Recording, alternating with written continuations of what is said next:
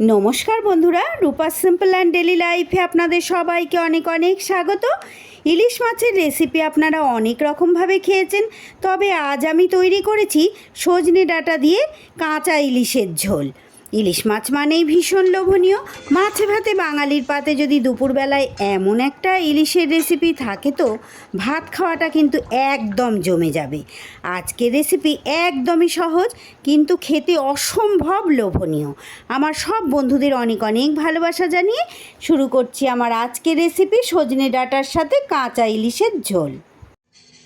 সজনে ডাঁটা দিয়ে কাঁচা ইলিশের ঝোল রান্না করার জন্য এখানে আমি নিয়ে নিয়েছি অর্ধেকটা বেগুন, একটা ছোট সাইজের আলু লম্বা করে কেটে নিয়েছি, আর নিয়েছি সজনে ডাঁটা। সজনে ডাঁটাও কিন্তু আমি ছাড়িয়ে পরিষ্কার করে টুকরো করে নিয়েছি। সেই সাথে নিয়েছি 3 পিস ইলিশ মাছ। সবার প্রথমে আমি ইলিশ মাছটায় নুন হলুদ মাখিয়ে নেব। মাছে আমার নুন হলুদ মাখানো হয়ে গেছে। এইবার গ্যাসে কড়াই বসিয়ে কড়াই গরম হলে দিয়ে দিচ্ছি আমি পরিমাণ মতো সর্ষের তেল। ইলিশ মাছ যেহেতু, তাই সর্ষের তেলে তো করতেই হয়। তেল গরম হলে দিয়ে দেব ফোড়নে কালো জিরে। এবার দিয়ে দেব আলুর টুকরোগুলো। ইলিশ মাছ তো আপনারা অনেক রকমভাবেই রেসিপি করে খেয়েছেন বন্ধুরা। এখন যেহেতু সজনে ডাঁটার সময়, তাই এই সময়ের সজনে ডাঁটা আর অসময়ের ইলিশ মাছ এইভাবে একবার এই রেসিপি করে খাওয়ার অনুরোধ রাখছি। একবার খেয়ে দেখবেন বন্ধুরা, দুর্দান্ত স্বাদ হয়।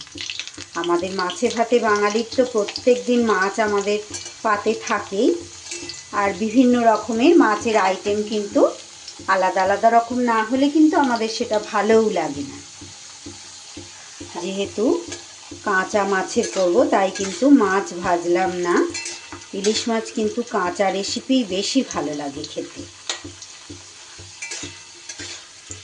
যারা কাঁচা পছন্দ করেন না, তারা চাইলে হালকা করে একটু ভেজেও নিতে পারেন মাছটা, তবে আমি কিন্তু কাঁচা মাছেরই করব।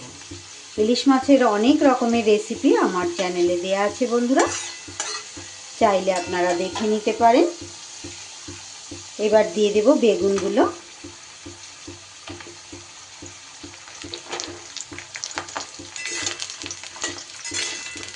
বেগুনগুলো একটু ভেজে নেব নাড়াচাড়া করে। বেগুন দেওয়ার সাথে সাথে কিন্তু সব তেল আমার বেগুনেই টেনে নিল। এইবার নুন দিয়ে দিলাম। নুনের পরে দিয়ে দিচ্ছি ডাঁটার টুকরোগুলো। সবজি আরও কিছু সময় নাড়াচাড়া করতে করতে আমি একটা মশলার পেস্ট তৈরি করে নেব বন্ধুরা, সঙ্গে থাকুন। মশলার জন্য নিয়ে নিচ্ছি 1 চা চামচ কালো সর্ষে, 1 চা চামচ সাদা সর্ষে, আর নেব 1 চা চামচ পোস্ত।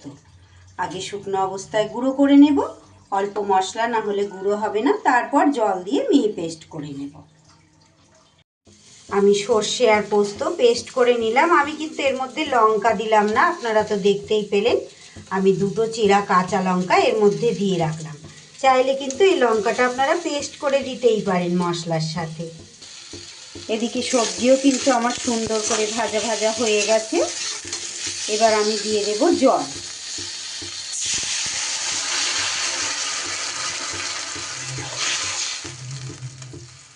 একটু বেশি পরিমাণই জল দিতে হবে, কারণ মাছ তো এতেই সেদ্ধ হবে। এবার এতে দিয়ে দেব সামান্য হলুদ গুঁড়ো। এবার আমি ঢাকা দিয়ে ঝোলটা কিছু সময়ের জন্য সিদ্ধ হতে দেব।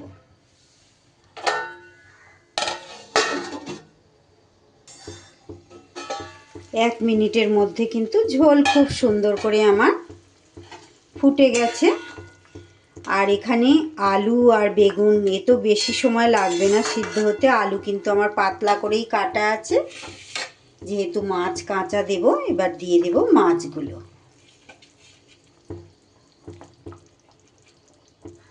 মাছগুলো দিয়ে আমি আবারও ঢাকা দিয়ে দেব সিদ্ধ হওয়ার জন্য।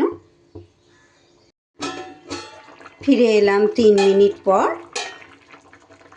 মাছটা কিন্তু অসময়ের হলে কি হবে বন্ধুরা, খুব সুন্দর কিন্তু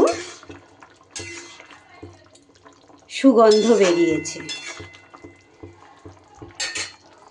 এবার আমি দিয়ে দিচ্ছি বেটে রাখা মশলাটা, সেই সাথে কাঁচা লঙ্কা। মশলা দিয়ে নাড়াচাড়া করে মাছগুলোকে কিন্তু আমি উল্টিয়ে দিয়েছি আর এক পিঠ, আবারও ঢাকা দিয়ে দেব 2 মিনিটের জন্য। ফিরে এসেছি আরও 2 মিনিট পর। খুব সুন্দর করে কিন্তু মাছ সবজি সব সিদ্ধ হয়ে গেছে আর খুব সুন্দর কিন্তু গন্ধ বেরিয়েছে। এতক্ষণ পর্যন্ত যেসব বন্ধুরা আমার সঙ্গে থেকে ধৈর্য ধরে আমার ভিডিও দেখছেন সবাইকে জানাই প্রত্যেক দিনের মতো অনেক অনেক ধন্যবাদ, অনেক ভালোবাসা। যেসব বন্ধুরা নতুন এসেছেন তাদেরকে জানাই সাদর আমন্ত্রণ আমার চ্যানেলে। যদি আমার রেসিপি ভালো লেগে থাকে তাহলে অবশ্যই আমার চ্যানেলটা সাবস্ক্রাইব করে আমার পাশে থাকুন। পাশে থাকা বেল আইকনটা ক্লিক করে রাখুন যাতে নতুন যে কোনো রকমের ভিডিও আপলোড করলে সাথে সাথে আপনারা নোটিফিকেশান পেয়ে যান। দিয়ে দিলাম আমি একটু কাঁচা সর্ষের তেল। ইলিশ মাছ মানেই কিন্তু কাঁচা সর্ষের তেল না দিলে রেসিপি অসম্পূর্ণ। এখানে কিন্তু আমার আর কিছু দেবার মতো নেই। আপনারা চাইলে এখানে ধনেপাতা ব্যবহার করতে পারেন, তবে ইলিশ মাছে ধনেপাতা আমার মনে হয় না দেওয়াটাই ভালো, কারণ মাছের যে আসল গন্ধ স্বাদ সেটা কিন্তু চলে যাবে। আমার রেসিপি তাহলে একদম রেডি। দুপুরবেলা গরম ভাতের পাতে এর থেকে লোভনীয় মাছের রেসিপি মনে হয় আর কিছু হয় না। একদম সহজ পদ্ধতিতে শেয়ার করলাম বন্ধুরা। আশা করছি অন্য দিনের মতো আজও আপনাদের ভালো লেগেছে। আর ভালো লাগলে প্লিজ বন্ধুরা একটা লাইক করে দেবেন, ছোট্ট কমেন্টের মাধ্যমে জানিয়ে যাবেন যে আমার আজকের এই সহজ ইলিশ মাছের রেসিপি কেমন লাগলো আপনাদের। সজনে ডাঁটার সাথে ইলিশ মাছের ঝোল রেসিপি তাহলে এখানেই শেষ করছি বন্ধুরা। সবাই খুব ভালো থাকবেন, সুস্থ থাকবেন।